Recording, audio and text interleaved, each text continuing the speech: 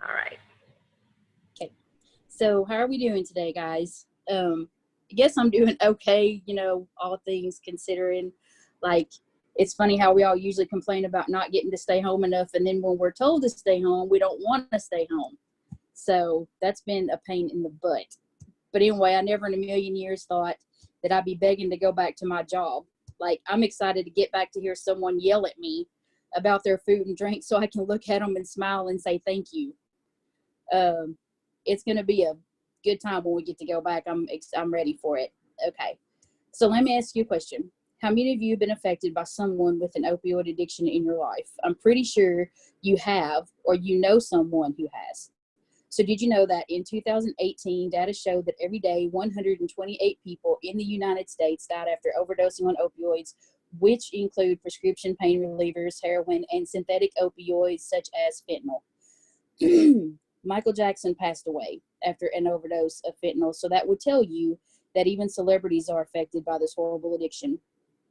And I think that you should care about this subject because even if you or your family aren't affected by this disease now, one day you could be. And I've had a few family members affected by it. My name is Rebecca O'Fallon, and I'm an Intro to Communication student at UALR. Today I'm going to tell you about a situation that happened to my baby sister and our family. First, I'll give you the case background of my conflict, then I will share the communication principle and two concepts connected to my story. Finally, I will provide recommendations for how I can improve my communication. So let's begin. So, my baby sister, Laura, and I are very close. We actually have another sister, but I think out of the three of us, she and I depend on each other a lot more.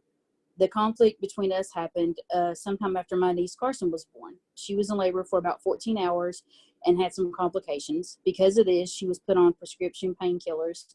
Now, at the time, you don't think, anything about it because after one ordeal like that, you're usually prescribed some kind of pain medication. You don't really think you'll become addicted to it, and you don't really think, that something like that can get you addicted to it.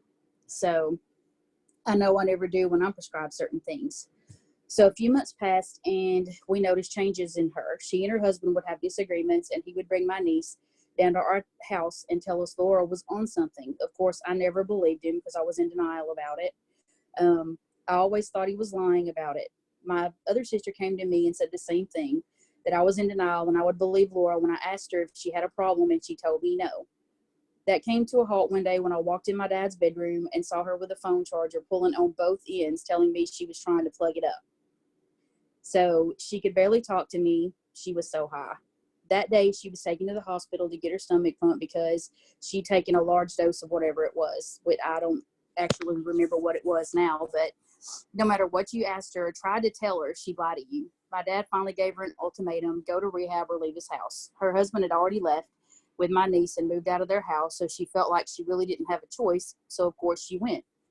While she was there, she was great. When she got out and had to deal with real life again, she struggled because she realized there's no one to run her life, but her, and she didn't have anybody to tell her what to do anymore. She fell into some of her old habits, including, of course, getting more pills. She had a doctor that would give her anything. She couldn't keep a job because she didn't know how to handle people. She still struggles with that. But she actually has a job right now. So I worry so much about her that I actually went to a therapist. They had to make me realize that the only person I can control is myself. And she's my sister and I love her and we're still really close, but I can't make her choices for her. I still worry about her, but I don't worry if she's still doing these things. So the point I want to make is when someone is an addict or was an addict, it doesn't affect just that person. It affects everyone they care about, especially their immediate family. So the past 2 years, people have finally been bringing attention to opioid addiction. I think they're holding more doctors responsible now, and I'm happy about that. No one was really monitoring my sister or her doctor when he kept prescribing her all of this addictive medication. He kept giving her things that basically, had she kept going, she would probably be dead by now. We're getting along better than we were, but I still keep an eye on her and what she does. So the communication concepts that I want to use in my story would be collaborating. According to the UALR textbook, I think I got that wrong, 2020, the definition of collaborating involves a high degree of concern for self and others and usually indicates investment in the conflict situation and the relationship. So I think that my sister could have remained flexible in her way of thinking instead of only thinking about her feelings. And I think we could have listened, you know, to how she was affected and being affected instead of like just jumping all over her and, you know, blaming her for everything when we could have listened a little bit more. She could have listened to how she was affecting her family and how upset we were at watching her destroying herself. My next communication concept is emotion sharing. According to the ULR textbook 2020, the definition of emotion sharing involves communicating the circumstances, thoughts, and feelings surrounding an emotional event.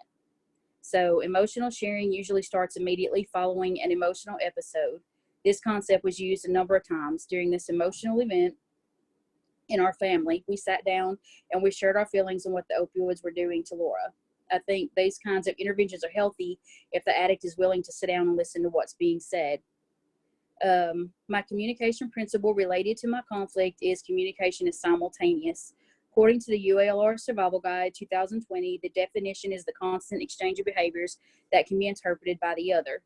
Each person is a sender and receiver simultaneously. There really aren't turns to take. Any structure we impact that process is just that, an artificial structure.